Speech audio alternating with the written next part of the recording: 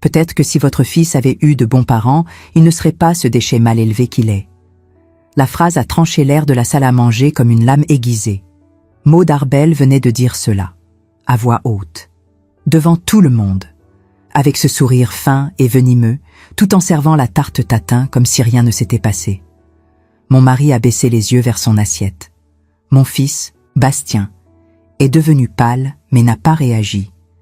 Et moi, Éléonore Vauclin, veuve discrète de 67 ans, mère qui a toujours préféré le silence aux disputes, j'ai senti quelque chose en moi se briser en deux. Ce n'était pas de la colère. C'était pire. C'était de la clarté. Ce n'était pas la première fois que Maude m'humiliait, mais ce serait avec certitude la dernière. Nous étions à Amboise, dans l'intérieur de la France, dans l'une de ces maisons anciennes en pierre qui respirent la tradition et l'argent ancien. La famille Arbel a toujours tenu à rendre cela clair. Ils étaient d'une autre catégorie. Maude portait des perles héritées de sa grand-mère, parlait de vignobles en Bourgogne comme on parle de son jardin, et traitait mon fils comme s'il était une erreur que sa fille, Cléore, avait commise par inadvertance. J'avais déjà entendu les murmures. J'avais déjà vu les regards dédaigneux. J'avais déjà mordu ma langue tant de fois qu'elle saignait de l'intérieur. Mais ce soir-là, quelque chose a changé. Parce que je n'étais pas désarmée. La chemise noire que j'avais emportée avec moi pendant le dîner était appuyée au sol à côté de ma chaise. Discrète, insignifiante aux yeux de ceux qui pensaient que je n'étais qu'une vieille inoffensive. Mais à l'intérieur de cette chemise se trouvaient des documents, des vérités, des secrets que Maude Arbel avait passé toute sa vie à maquiller avec des vêtements coûteux et des noms de famille respectables. Et pendant qu'elle souriait avec mépris, servant le dessert comme une reine empoisonneuse, je savais exactement quoi faire. Je n'allais pas crier, je n'allais pas pleurer, j'allais attendre le bon moment. Et ensuite, calmement, j'allais tout détruire. Parce qu'il y a des vérités qui, lorsqu'elles sont dites à voix haute, ne laissent pierre sur pierre. Et j'étais fatiguée d'être la pierre écrasée. Je sais que vous m'écoutez en ce moment, peut-être pendant que vous faites la vaisselle, peut-être pendant que vous attendez que le café passe, peut-être tard dans la nuit, quand la maison se tait enfin. Je sais aussi que vous avez déjà vécu quelque chose de semblable. Vous avez déjà avalé des mots que vous ne méritiez pas d'entendre. Vous avez déjà senti le poids d'être jugé par ceux qui n'ont jamais vécu un seul jour dans votre peau. Si cela vous a touché, si cette histoire commence à remuer quelque chose dans votre cœur, laissez un like sur cette vidéo. Dites-moi dans les commentaires d'où vous m'écoutez. Et abonnez-vous à la chaîne, parce que ce qui vient ensuite, vous ne voudrez pas le manquer. La soirée avait commencé 2 heures plus tôt, avec cette formalité glaciale que les dîners en famille portent parfois. Cléore, ma belle-fille, était assise à côté de Bastien, mon fils. Elle portait une robe bleu marine qui semblait avoir été choisie par Maude, et ses cheveux blonds attachés en un chignon impeccable. Bastien, de son côté, semblait tendu. Il était toujours ainsi près de sa famille à elle, comme s'il était constamment évalué. Et il l'était. Maude commandait la table comme une générale. Elle décidait des sujets, coupait les conversations qui ne l'intéressaient pas, servait le vin avec cet air de quelqu'un qui fait une faveur. Son mari, Gérard Arbel, était un homme effacé, qui approuvait tout et ouvrait rarement la bouche. Mon propre mari, Henri, n'était pas très différent. Il avait passé toute sa vie à me demander de ne pas faire de scène, de laisser tomber, de être poli, comme si la politesse était synonyme de lâcheté. La conversation tournait autour des affaires, des vignobles, d'un récent voyage à Bordeaux. J'écoutais en silence, coupant la viande dans mon assiette, observant. Toujours observant. C'est alors que Maude a mentionné, presque par hasard, que Cléore avait obtenu une promotion au travail. Tout le monde l'a félicité. Bastien a souri, fier de sa femme. Mais Maude n'a pas manqué l'occasion. Cléore a toujours été travailleuse, depuis l'enfance, contrairement à certaines personnes qui n'ont tout simplement pas été enseignées à avoir de la discipline. Le silence qui a suivi était lourd. Henri s'est éclairci la gorge. Bastien a ouvert la bouche, mais n'a rien dit. Et j'ai continué à couper ma viande, lentement, comme si rien ne s'était passé. Mais à l'intérieur, quelque chose commençait à bouillir. Maud a continué. L'éducation vient du berceau, n'est-ce pas, Éléonore? On essaie de faire de notre mieux, mais parfois, l'éducation échoue. Henri m'a touché le bras dans un geste qui disait « S'il te plaît, ne réagis pas ». Mais je n'avais pas besoin de réagir. Pas encore. Quand le dessert est arrivé, Maud était radieuse. Tarte tatin, préparée par la cuisinière de la maison, servie dans de la porcelaine trop chère pour être utilisée lors de n'importe quelle occasion ordinaire. Elle a coupé les parts avec une précision chirurgicale, les distribuant avec ce sourire qui ressemblait à de la bonté, mais qui était du pur poison. Et c'est là qu'elle l'a dit. Peut-être que si votre fils avait eu de bons parents, il ne serait pas ce déchet mal élevé qu'il est. Bastien est devenu blanc. Cléore a ouvert grand les yeux, choquée, mais n'a rien dit. Gérard a continué à manger, comme s'il n'avait rien entendu. Henri a serré mon bras avec force, dans un avertissement silencieux. Et Maud? Maud a souri. J'ai posé ma fourchette sur l'assiette. Lentement. J'ai respiré profondément. Et puis, avec la voix la plus calme que j'ai pu rassembler, j'ai parlé. Maud, vous avez toujours été si préoccupée par l'éducation, par le berceau, par la tradition.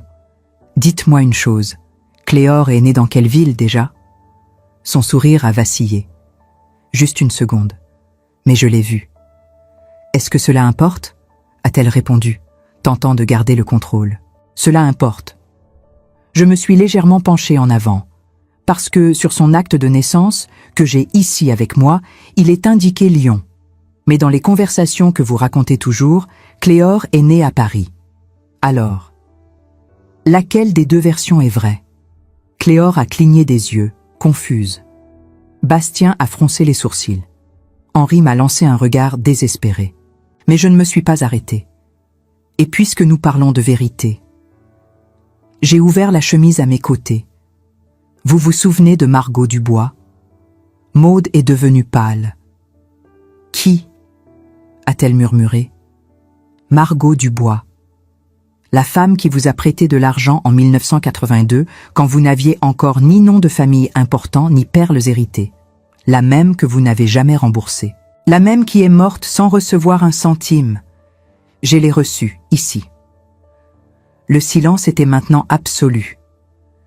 Cléore regardait sa mère avec une expression que je n'avais jamais vue auparavant. Bastien était bouche bée. Henri a lâché mon bras. Et Maud Arbel, pour la première fois en décennies, n'avait rien à dire. J'ai fermé la chemise. Je me suis levée de ma chaise et je l'ai regardée avec toute la dignité que 67 ans d'humiliation m'avaient appris à conserver. Vous pouvez me traiter de tout, Maud. Mais ne parlez pas de mon fils. Parce que si vous ouvrez encore la bouche pour l'humilier, j'ouvre entièrement cette chemise. Et je vous garantis que votre réputation si précieuse ne survivra pas à ce qu'il y a ici. Je suis sortie de la salle sans regarder en arrière. La pluie tombait dehors, fine et persistante, lavant les vieilles rues d'Amboise. Et pour la première fois depuis longtemps, j'ai respiré profondément. Parce que le silence, j'ai appris, n'a de pouvoir que lorsque vous choisissez de le briser au bon moment. Et ce qui vient ensuite va tout changer. Parce que Maud n'était pas la seule avec des secrets. Et Cléore. Eh bien, Cléore est sur le point de découvrir qui elle est, vraiment. Je n'ai pas dormi cette nuit-là.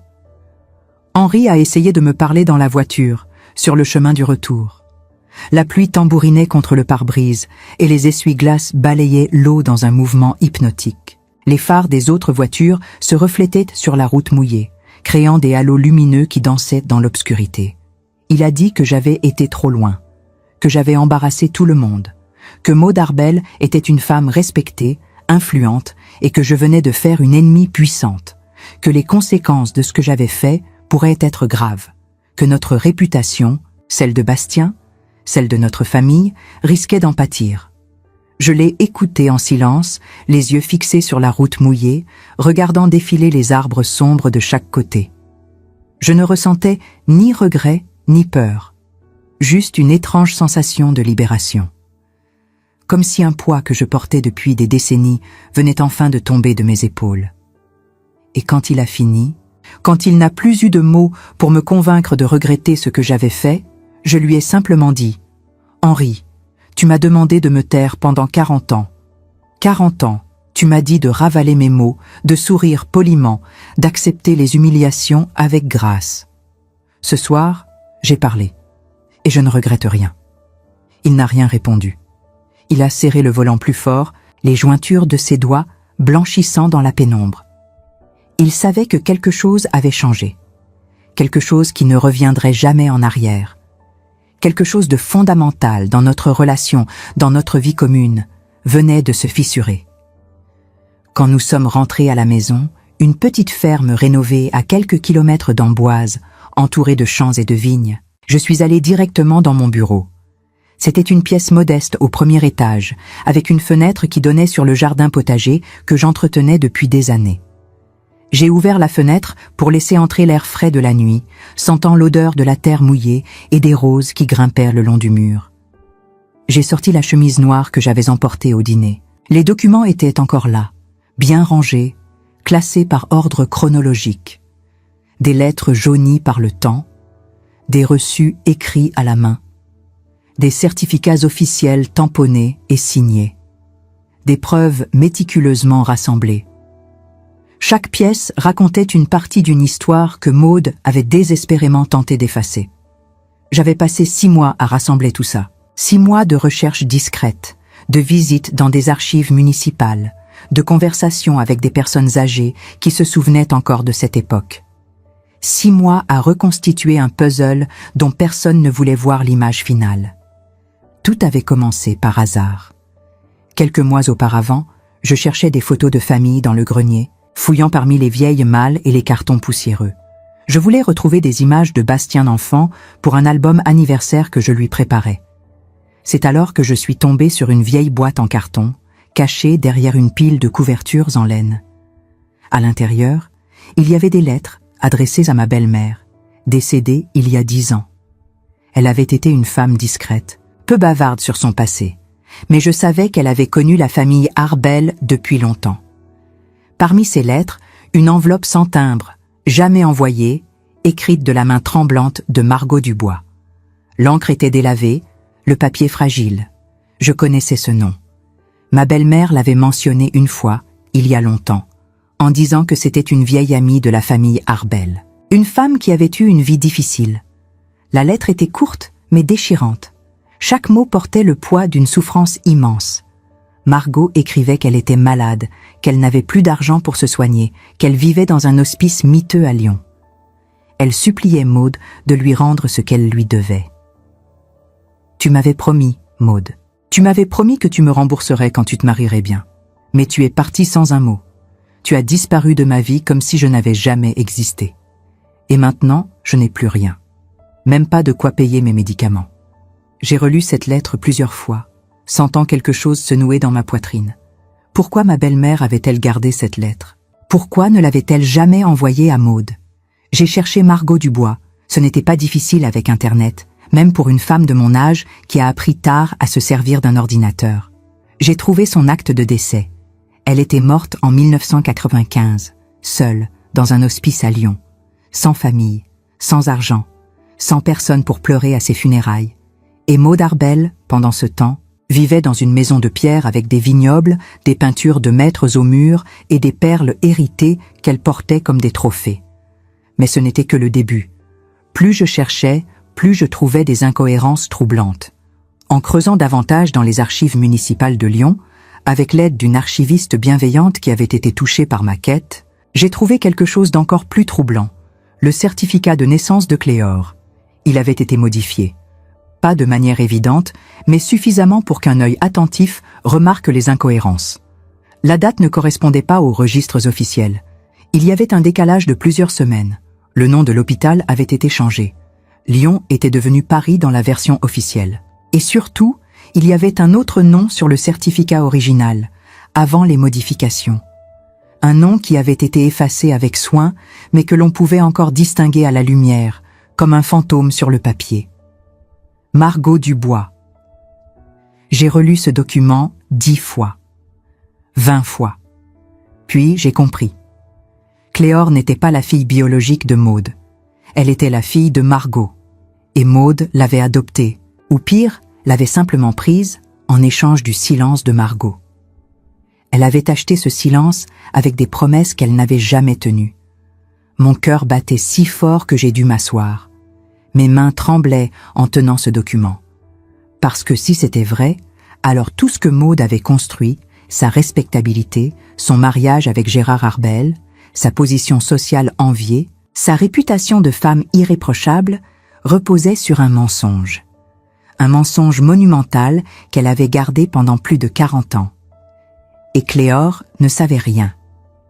Elle avait grandi en croyant être une Arbel de sang. Elle avait porté ce nom avec fierté, sans savoir qu'il était bâti sur la douleur d'une autre femme. Je n'ai pas dormi cette nuit-là non plus. J'ai passé des heures à réfléchir, assise à mon bureau, regardant les étoiles par la fenêtre. Devais-je lui dire?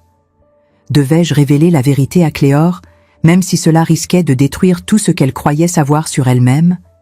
Même si cela risquait de briser son mariage avec Bastien, de déchirer notre famille?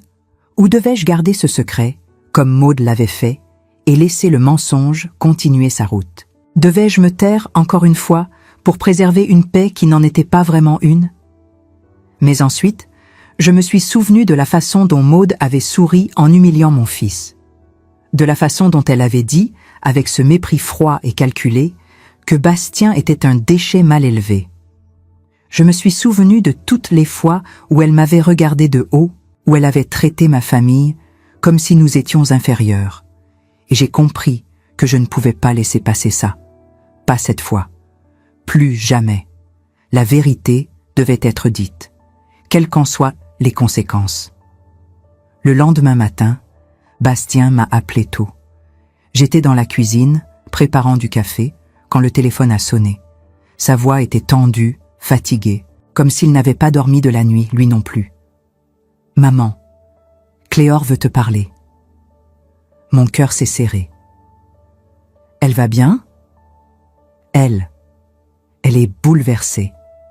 Elle n'arrête pas de poser des questions sur ce que tu as dit hier soir, sur Margot Dubois. Elle veut savoir qui était cette femme. Elle dit que sa mère refuse de lui parler, que Maude s'est enfermée dans sa chambre depuis hier soir et ne répond à personne, même pas à Gérard. J'ai fermé les yeux, prenant une profonde inspiration. Dis-lui de venir ici, seule. J'ai des choses à lui montrer, des choses qu'elle doit voir. Bastien a hésité. « Maman, tu es sûre? Tu sais ce que ça va provoquer? » « Oui, dis-lui de venir. » Et Bastien, « Prépare-toi, parce que ce qui va se passer ensuite va changer beaucoup de choses. » 2 heures plus tard, Cléore était assise dans mon salon. Elle avait les yeux rouges, gonflés d'avoir pleuré, les mains tremblantes. Elle portait encore le même manteau beige qu'elle avait la veille, comme si elle n'avait pas eu la force de se changer, de faire quoi que ce soit d'autre que de venir ici chercher des réponses. Ses cheveux étaient mal coiffés, son visage pâle. Je lui ai servi du thé dans une de mes plus belles tasses en porcelaine, mais elle n'y a pas touché. Elle fixait juste la chemise noire posée sur la table basse entre nous. Éléonore. Qui était Margot Dubois? Pourquoi ma mère refuse de prononcer son nom? Pourquoi elle pleure depuis hier soir? J'ai posé ma propre tasse. J'ai regardé cette jeune femme que je connaissais depuis qu'elle avait épousé mon fils. Une femme douce, élevée dans le luxe et les bonnes manières, qui n'avait jamais connu la dureté de la vie. Et j'ai su que ce que j'allais lui dire allait briser quelque chose en elle. Avant que je te réponde, je veux que tu saches une chose. Ce que je vais te montrer va changer ta vie. Radicalement. Tu as le droit de ne pas vouloir savoir. Tu as le droit de te lever maintenant et de partir. De retourner à ta vie telle qu'elle était.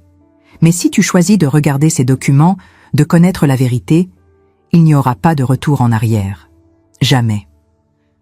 Cléore a fixé la chemise pendant ce qui m'a semblé une éternité. Ses mains tremblaient. Elle a fermé les yeux, respiré profondément. Puis elle a levé les yeux vers moi. Je veux savoir, même si ça fait mal, même si ça détruit tout.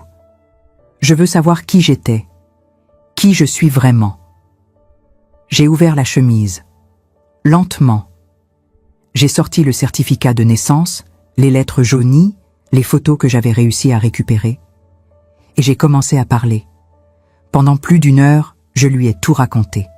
Chaque détail, chaque découverte. Margot Dubois, jeune femme sans famille, orpheline élevée dans un pensionnat religieux, qui avait prêté de l'argent à Maude dans les années 80, quand celle-ci n'était encore personne.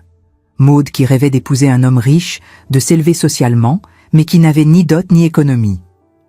Margot qui travaillait comme couturière, qui avait économisé chaque centime, et qui avait prêté cet argent à Maude par pure bonté d'âme, par amitié.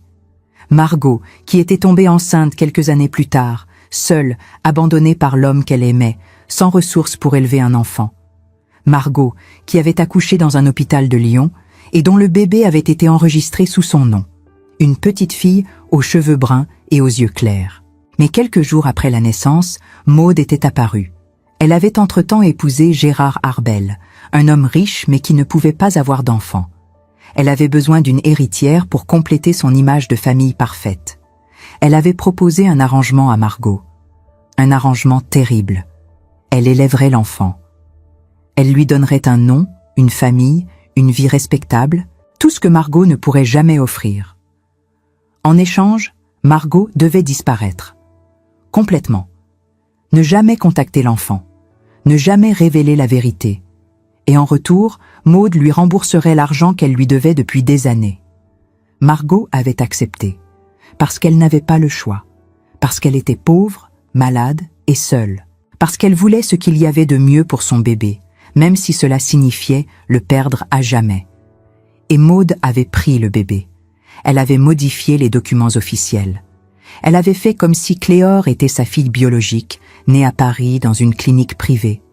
Elle avait créé une nouvelle identité pour cet enfant. Et Margot était partie. Elle avait vécu le reste de sa vie dans la solitude, dans la pauvreté, en espérant que Maude tiendrait sa promesse de lui rendre l'argent. Mais Maude ne l'avait jamais fait. Elle avait disparu de la vie de Margot, laissant cette femme mourir seule et misérable. Cléor pleurait en silence. Les larmes coulèrent sur ses joues, mais elle ne faisait aucun bruit. Elle tenait le certificat de naissance dans ses mains tremblantes, fixant le nom effacé, le nom de sa vraie mère. Margot Dubois, c'était ma mère? Ma vraie mère? Oui. Et Maude? Maude m'a menti toute ma vie? Elle m'a volé à ma mère? Oui. Cléor a fermé les yeux. Elle a serré les poings. Et quand elle les a rouverts, il y avait quelque chose de nouveau dans son regard. Quelque chose de dur, de froid, de déterminé. Quelque chose que je n'avais jamais vu chez elle auparavant. Je veux la voir. Je veux parler à Maude, maintenant. Es-tu sûre? Oui. Et je veux que tu viennes avec moi. S'il te plaît. Nous sommes partis ensemble, Cléor et moi, dans sa voiture. La pluie avait cessé, mais le ciel restait gris, lourd, menaçant. Nous avons roulé en silence jusqu'à la maison des Arbel. Chaque kilomètre semblait peser une tonne. Cléor serrait le volant avec force, les mâchoires serrées, le regard fixe. Quand nous sommes arrivés, Gérard nous a ouvert la porte. Il avait l'air épuisé, vieilli de 10 ans en une seule nuit. Ses yeux étaient cernés, son visage creusé. Cléor, ta mère ne veut voir personne, elle. Elle est effondrée. Eh bien, elle va me voir quand même, que ça lui plaise ou non.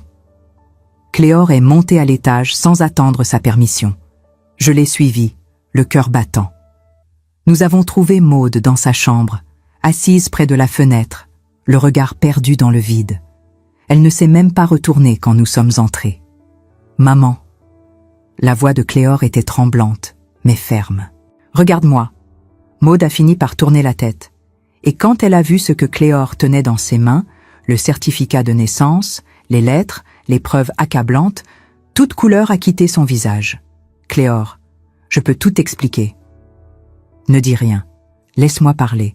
Pour une fois dans ta vie, écoute. Cléor s'est avancée vers elle. Toute ma vie, tu m'as dit que j'étais ta fille.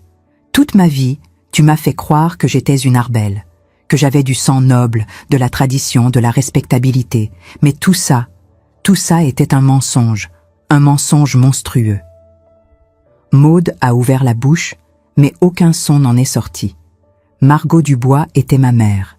et tu l'as laissé mourir seul, malade, sans rien. Tu lui as pris son enfant. Tu lui as pris son argent. Tu lui as pris son espoir. Et tu as construit toute ta vie sur ce mensonge, sur sa souffrance. Les larmes coulaient maintenant sur le visage de Maude. Mais ce n'étaient pas des larmes de regret. C'étaient des larmes de quelqu'un qui venait de perdre tout son pouvoir, toute son illusion. Je voulais te donner une meilleure vie. Non, Cléor a secoué la tête. Tu voulais te donner une meilleure vie à toi. Et tu t'es servi de moi pour ça, comme d'un objet, comme d'un accessoire. Cléor a posé les documents sur le lit. Je ne veux plus rien de toi. Plus de mensonges, plus de faux semblants. À partir d'aujourd'hui, je ne suis plus ta fille. Et elle est partie, sans regarder en arrière. Moi, je suis restée quelques secondes de plus. J'ai regardé Maude, cette femme qui m'avait humiliée tant de fois, et j'ai vu quelque chose que je n'avais jamais vu auparavant. La peur. Tu sais ce qui est drôle, Maude? J'ai dit doucement. Tu as passé toute ta vie à juger les autres, à te croire supérieure, mais au final, tu es exactement ce que tu prétendais mépriser.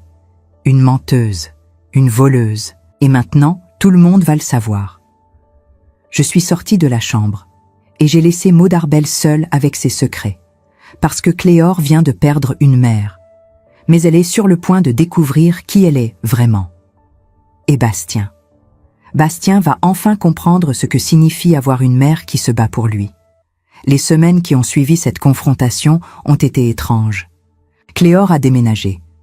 Elle a quitté la grande maison que Maude et Gérard lui avaient offerte comme cadeau de mariage, et elle est venue habiter temporairement chez nous, avec Bastien.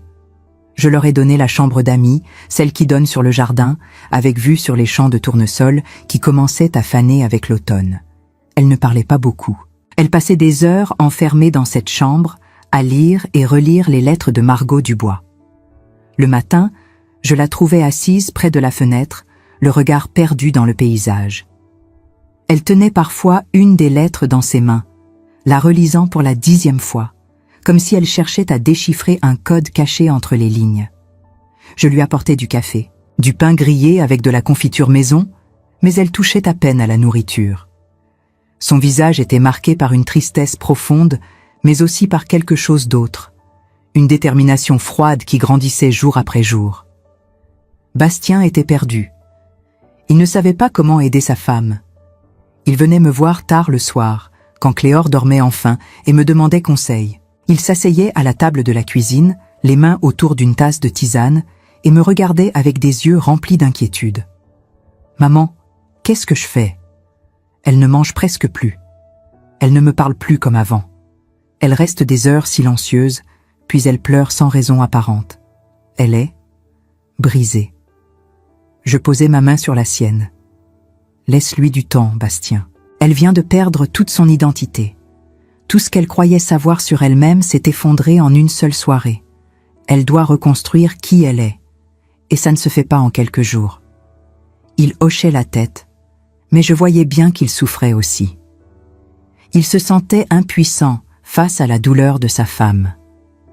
Et moi, je ne pouvais que lui rappeler que l'amour, parfois, c'est simplement être là, être présent, sans chercher à réparer ce qui ne peut être réparé que par le temps.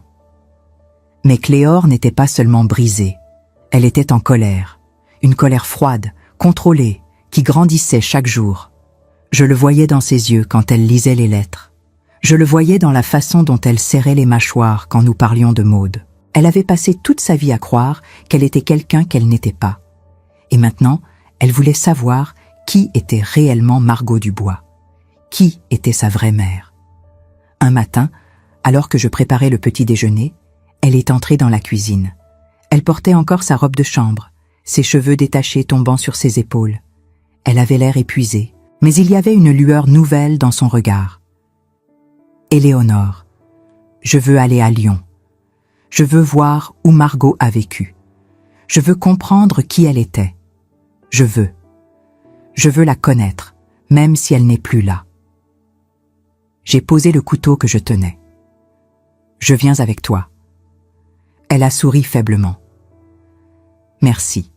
Je ne sais pas si j'aurai le courage de le faire seule. » Nous sommes partis le lendemain, Tôt le matin, dans ma vieille Peugeot. Bastien voulait venir, mais Cléor lui a demandé de rester. J'ai besoin de faire ça toute seule, enfin, avec Éléonore. Il a compris. Il l'a serrée dans ses bras et l'a laissée partir. Le trajet jusqu'à Lyon a duré près de 5 heures. Nous avons roulé en silence pendant la première heure, le paysage défilant par la fenêtre. Les collines vertes de la Loire, les villages endormis, les vignobles qui s'étendaient à perte de vue. Puis, Cléor a commencé à parler. Elle m'a raconté des souvenirs d'enfance, des moments où elle avait senti que quelque chose ne collait pas, des fois où Maude avait été distante, froide, comme si Cléor était une obligation et non une fille, des fois où elle s'était sentie seule, même entourée de luxe et de respectabilité.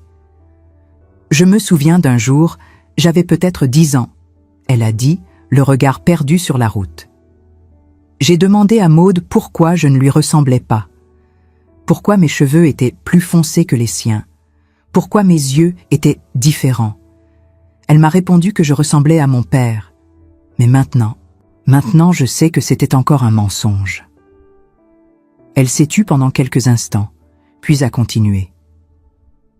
Il y avait aussi ces moments où elle me regardait avec une expression étrange, comme si elle me voyait, mais qu'elle voyait quelqu'un d'autre en même temps, quelqu'un qu'elle préférait oublier. « Margot », j'ai murmuré. Oui, elle voyait Margot en moi, et elle détestait ça. Nous sommes arrivés à Lyon en début d'après-midi. La ville était grise sous le ciel d'automne, mais il y avait une beauté mélancolique dans ces rues pavées, dans ces bâtiments anciens, dans la Saône qui coulait lentement sous les ponts. Lyon respirait l'histoire, la culture, mais aussi une certaine tristesse. Peut-être était-ce juste notre état d'esprit qui teintait tout ce que nous voyions. Cléor avait l'adresse de l'hospice où Margot était morte. Un vieil immeuble dans le quartier de la Croix-Rousse qui avait été transformé en résidence pour personnes âgées. Nous avons garé la voiture dans une petite rue adjacente et sommes entrés. L'intérieur sentait l'encaustique et les médicaments. Les murs étaient peints dans un beige institutionnel, les couloirs éclairés par des néons qui bourdonnaient légèrement. Nous avons trouvé le bureau de la directrice, une femme dans la soixantaine, aux cheveux gris coupés courts, qui nous a reçus avec gentillesse. Quand Cléor lui a expliqué pourquoi nous étions là, la femme a froncé les sourcils, cherchant dans sa mémoire. Margot Dubois. Oui, je me souviens d'elle. Je travaillais déjà ici à l'époque. Elle est restée ici pendant les 2 dernières années de sa vie. Elle était très malade, cancer des poumons. Elle n'avait aucune famille, aucun visiteur. Elle est morte seule en 1995.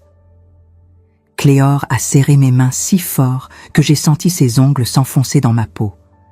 Est-ce qu'elle a laissé quelque chose? Des affaires personnelles. La directrice a hésité, regardant Cléor avec une expression de compassion. Normalement, nous jetons tout après quelques années. Mais, attendez. Je crois qu'il y a encore une boîte dans notre cave. Nous gardons parfois des objets au cas où quelqu'un viendrait les réclamer. Cela n'arrive presque jamais, mais on ne sait jamais. Elle nous a emmenés dans une petite cave humide, remplie de cartons poussiéreux empilés contre les murs. L'odeur de moisi était forte, et la lumière faible ne rendait pas la recherche facile. Elle a fouillé pendant quelques minutes, déplaçant des cartons, cherchant parmi les étiquettes effacées. Puis, elle a sorti une boîte en carton marquée du nom « Monsieur Dubois ». Voilà, vous pouvez la prendre. Personne ne l'a jamais réclamée. Si elle était de votre famille, elle vous revient de droit. Cléor a pris la boîte avec des mains tremblantes. Elle la tenait comme si c'était le trésor le plus précieux du monde.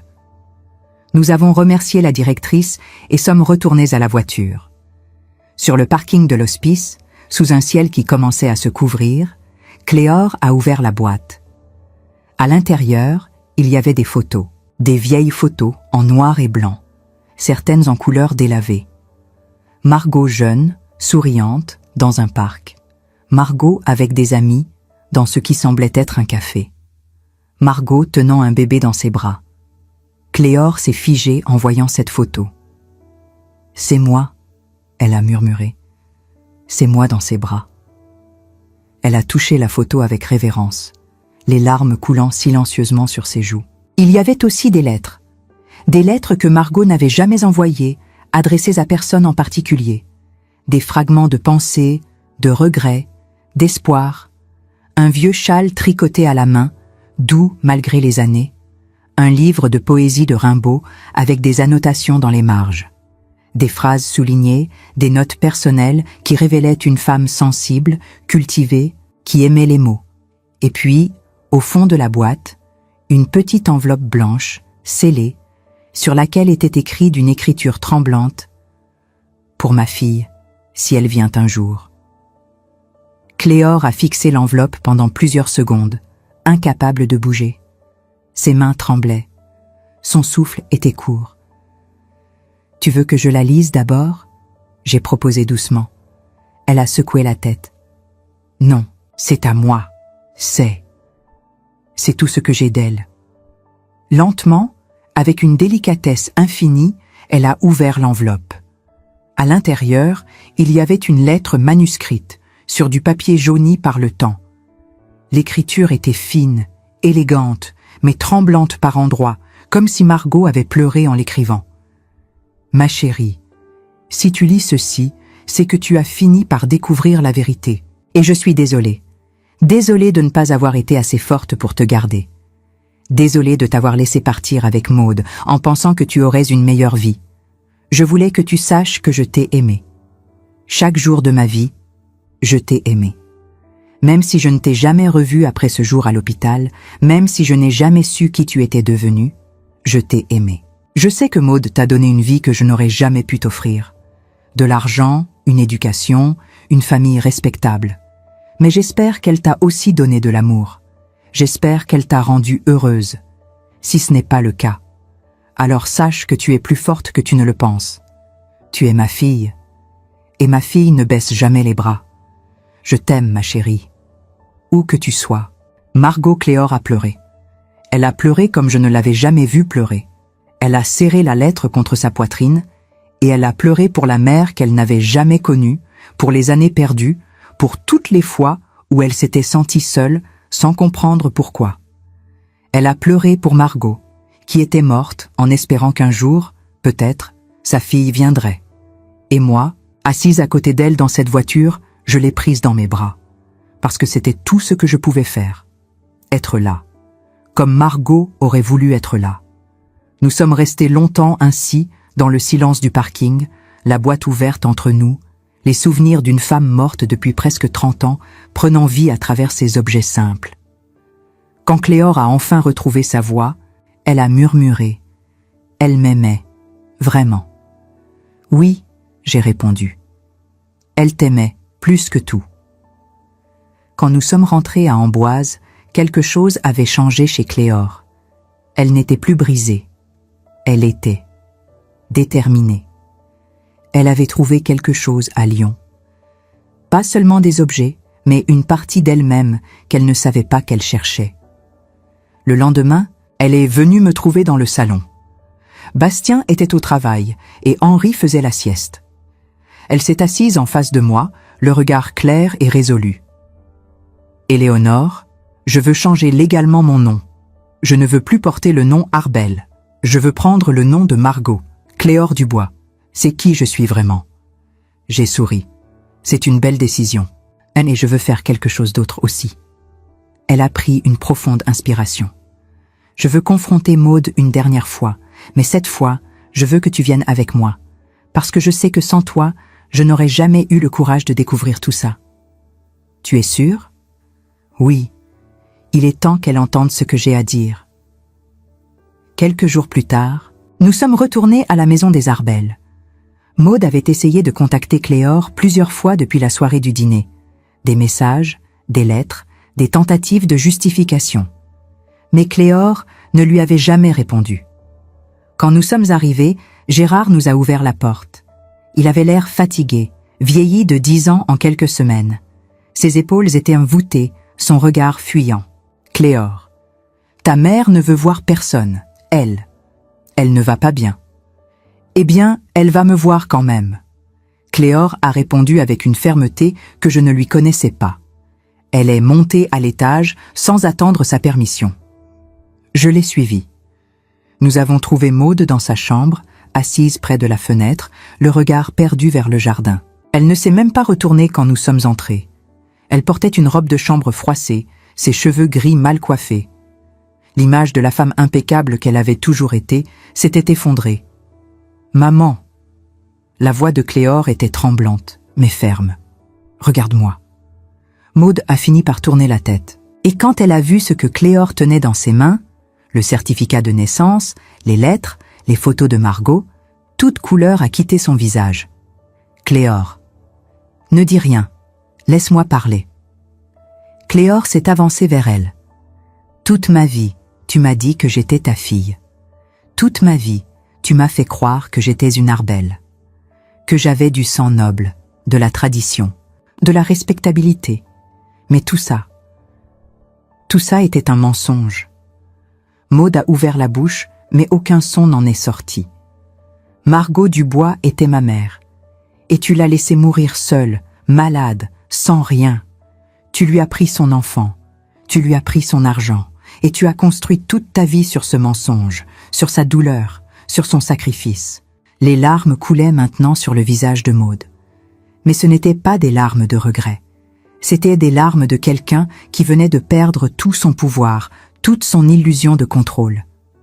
Je voulais te donner une meilleure vie.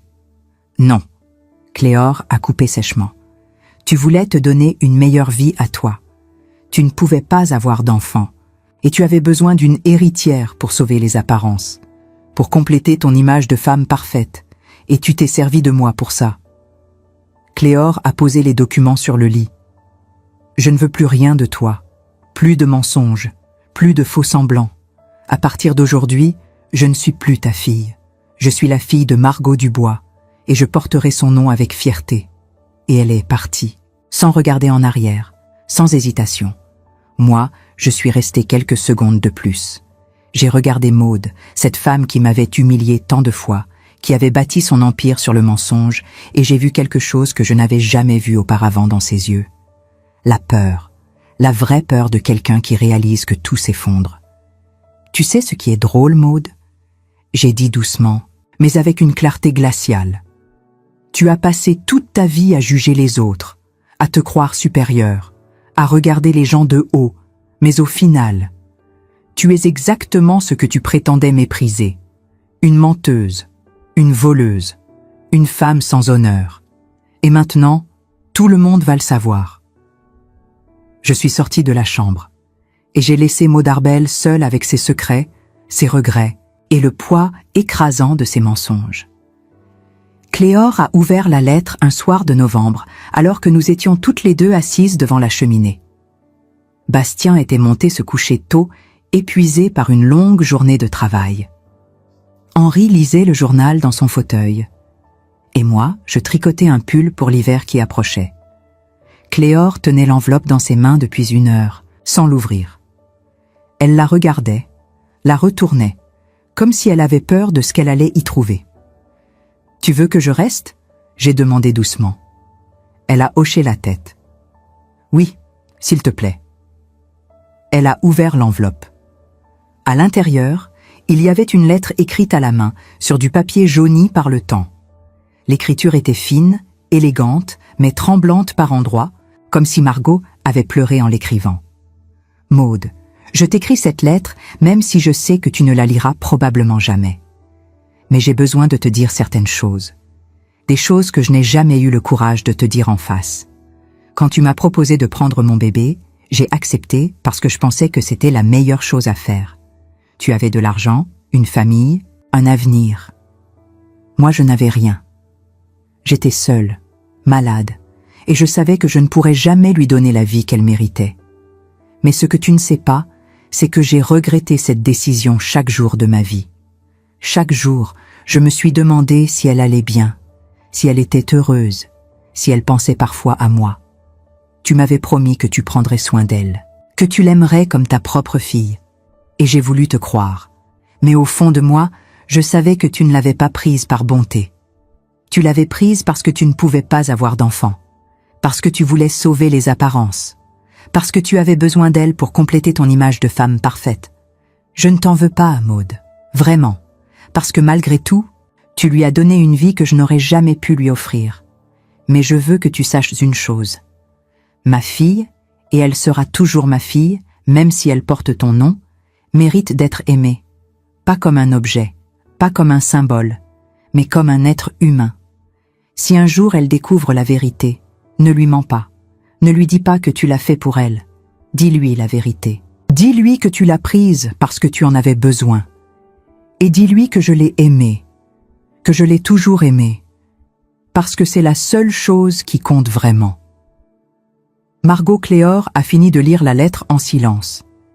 Les larmes coulaient sur ses joues, mais cette fois, ce n'étaient pas des larmes de tristesse. C'étaient des larmes de soulagement. Comme si, enfin, tout prenait sens. Elle savait, Cléor a murmuré. Elle savait que Maud ne m'avait pas prise par amour. Elle savait tout. Oui, j'ai répondu doucement. Et malgré tout, elle t'a laissé partir. Parce qu'elle pensait que c'était le mieux pour toi. Cléor a fermé les yeux. Je ne sais pas si c'était le mieux pour moi, mais je sais qu'elle m'a aimé.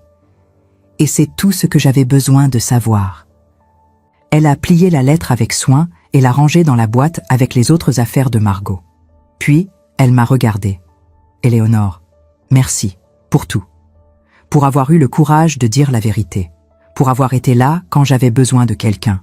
Pour être la mère que Maud n'a jamais été. Mon cœur s'est serré. Je n'ai rien fait de spécial, Cléor. J'ai juste fait ce que n'importe quelle mère aurait dû faire. Protéger ceux qu'elle aime. Elle a souri à travers ses larmes. Mais tu l'as fait. Et ça fait toute la différence. Les mois qui ont suivi ont été apaisés. Cléor a commencé une thérapie pour l'aider à surmonter tout ce qu'elle avait vécu.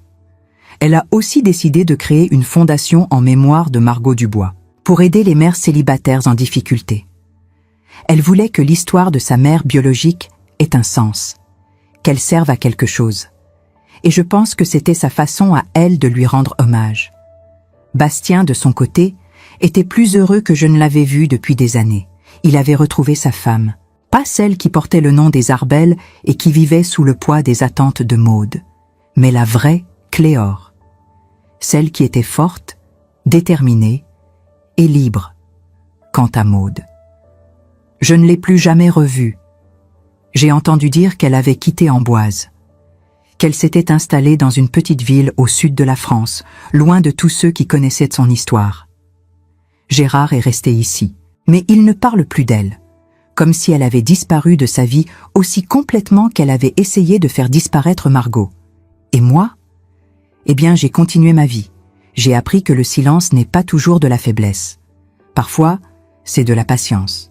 Parfois, c'est de la stratégie.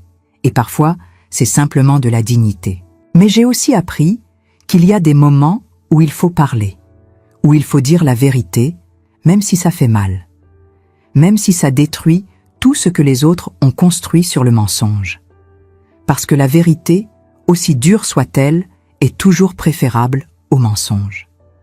1 an après cette fameuse soirée chez les Arbel, Cléor m'a appelé un matin. « Éléonore, j'ai quelque chose à te dire. »« Quoi donc ?»« Je suis enceinte. » Mon cœur a bondi dans ma poitrine. « Oh, Cléor, c'est merveilleux. »« Oui, et je voulais te demander quelque chose. Si c'est une fille, je veux l'appeler Margot, en mémoire de ma mère. » J'ai souri à travers mes larmes. Elle aurait été fière de toi.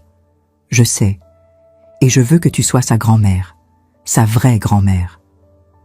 Je le suis déjà, j'ai répondu. Je l'ai toujours été. 6 mois plus tard, Cléor a donné naissance à une petite fille, Margot Dubois-Vauquelin, avec des cheveux bruns comme ceux de sa grand-mère biologique et des yeux clairs comme ceux de Bastien. Quand j'ai tenu ce bébé dans mes bras pour la première fois, j'ai pensé à tout ce qui s'était passé, à la soirée chez les Arbel, à la phrase cruelle de Maud, à la chemise noire que j'avais emportée avec moi, à Margot, morte seule dans cet hospice de Lyon, et à Cléor, qui avait retrouvé son identité. Et j'ai compris que tout ça en valait la peine. Parce que parfois, la justice ne vient pas d'un tribunal. Elle vient de la vérité, Elle vient du courage de dire ce qui doit être dit, même quand tout le monde préférerait que vous vous taisiez. Maud Arbel m'avait humiliée. Elle avait humilié mon fils. Elle avait construit toute sa vie sur le mensonge et la manipulation. Mais au final, c'est elle qui a tout perdu. Et nous avons gagné quelque chose de bien plus précieux. Une famille. Une vraie famille, construite sur la vérité, sur l'amour et sur le respect. Je pense souvent à cette soirée d'octobre, à la pluie qui tombait sur Amboise, au sourire méprisant de Maud, à la phrase qu'elle avait dite avec tant de cruauté. Talvez se fil au tivès bompé et les nanseri à essuli choubagonçade qui est. Et je souris, parce que maintenant, Bastien est un père merveilleux, parce que Cléore est une mère aimante, parce que la petite Margot grandit dans une maison remplie d'amour et de vérité, et parce que j'ai appris, à 67 ans, que la vengeance la plus douce n'est pas celle qui détruit l'autre, c'est celle qui construit quelque chose de meilleur. Alors oui, il y a des choses que l'on engole toute sa vie, des humiliations, des mensonges, des silences imposés. Mais il y a aussi des moments où l'on décide d'arrêter d'engolir, où l'on se lève, où l'on ouvre cette chemise noire, et où l'on dit, avec calme et dignité, « ça suffit ». Et ce jour-là, tout change, pour toujours. Et vous, qu'auriez-vous fait si c'était votre fils qu'on avait humilié ainsi? Je vous pose cette question parce que je sais que vous comprenez. Je sais que derrière chaque écran, derrière chaque oreille qui m'écoute en ce moment, il y a une femme qui a vécu quelque chose de semblable. Peut-être pas exactement la même histoire, mais la même douleur, le même silence forcé, la même dignité bafouée. Pendant toute ma vie, on m'a appris qu'une bonne mère se tait, qu'une bonne épouse sourit même quand son cœur saigne, qu'une femme respectable avale les humiliations avec grâce, comme si c'était du miel amer qu'on doit boire jusqu'à la dernière goutte. Mais ce soir-là, devant cette table où Maud Arbel servait son mépris avec le dessert, quelque chose s'est brisé en moi. Pas avec fracas, pas avec violence, mais avec une clarté terrible qui m'a dit « Il y a des moments où se taire, c'est trahir tout ce que nous sommes. » Je ne sais pas si j'ai bien fait. Je ne sais pas si j'aurais dû ravaler mes mots une fois de plus, pour préserver cette paix fragile, qui n'en était pas vraiment une. Mais ce que je sais, c'est que mon fils méritait mieux que mon silence, que Cléore méritait de connaître la vérité, que Margot, morte seule dans cet hospice, méritait que son histoire soit enfin racontée. Vous savez, j'ai appris quelque chose durant toutes ces années. J'ai appris que le silence a un prix, et que parfois, ce prix est beaucoup trop élevé. Il nous coûte notre dignité, notre vérité. Et pire encore, il coûte à nos enfants le droit de vivre dans l'authenticité plutôt que dans le mensonge. Combien de fois avez-vous mordu votre langue jusqu'à ce qu'elle saigne? Combien de fois avez-vous souri poliment alors que quelqu'un vous poignardait avec des mots? Combien de fois avez-vous baissé les yeux pour éviter le conflit, même quand vous saviez que vous aviez raison? Je veux que vous sachiez que vous n'êtes pas seul. Nous sommes des milliers, des millions peut-être. Des femmes qui ont porté le poids du silence comme une croix invisible. Des femmes qui ont choisi la paix des autres au détriment de leur propre tranquillité d'esprit. Mais nous sommes aussi des femmes qui apprenons, jour après jour, que notre voix compte, que nos histoires méritent d'être entendues, que notre dignité ne doit jamais être négociable, quel que soit le prix social à payer. Alors je vous le demande du fond du cœur, qu'auriez-vous fait à ma place? Auriez-vous ouvert cette chemise noire et révélé la vérité, même en sachant qu'elle détruirait des vies? Ou auriez-vous continué à vous taire, à protéger les apparences, à préserver cette façade de respectabilité qui cache tant de pourriture? Il n'y a pas de bonne ou de mauvaise réponse. Chacune de nous porte son propre fardeau. Chacune de nous fait les choix qu'elle peut avec les forces qu'elle a. Mais je crois profondément que parfois, dire la vérité est le seul acte de bonté véritable que nous pouvons offrir. Dites-moi dans les commentaires ce que cette histoire a éveillé en vous. Racontez-moi si vous avez déjà vécu quelque chose de semblable.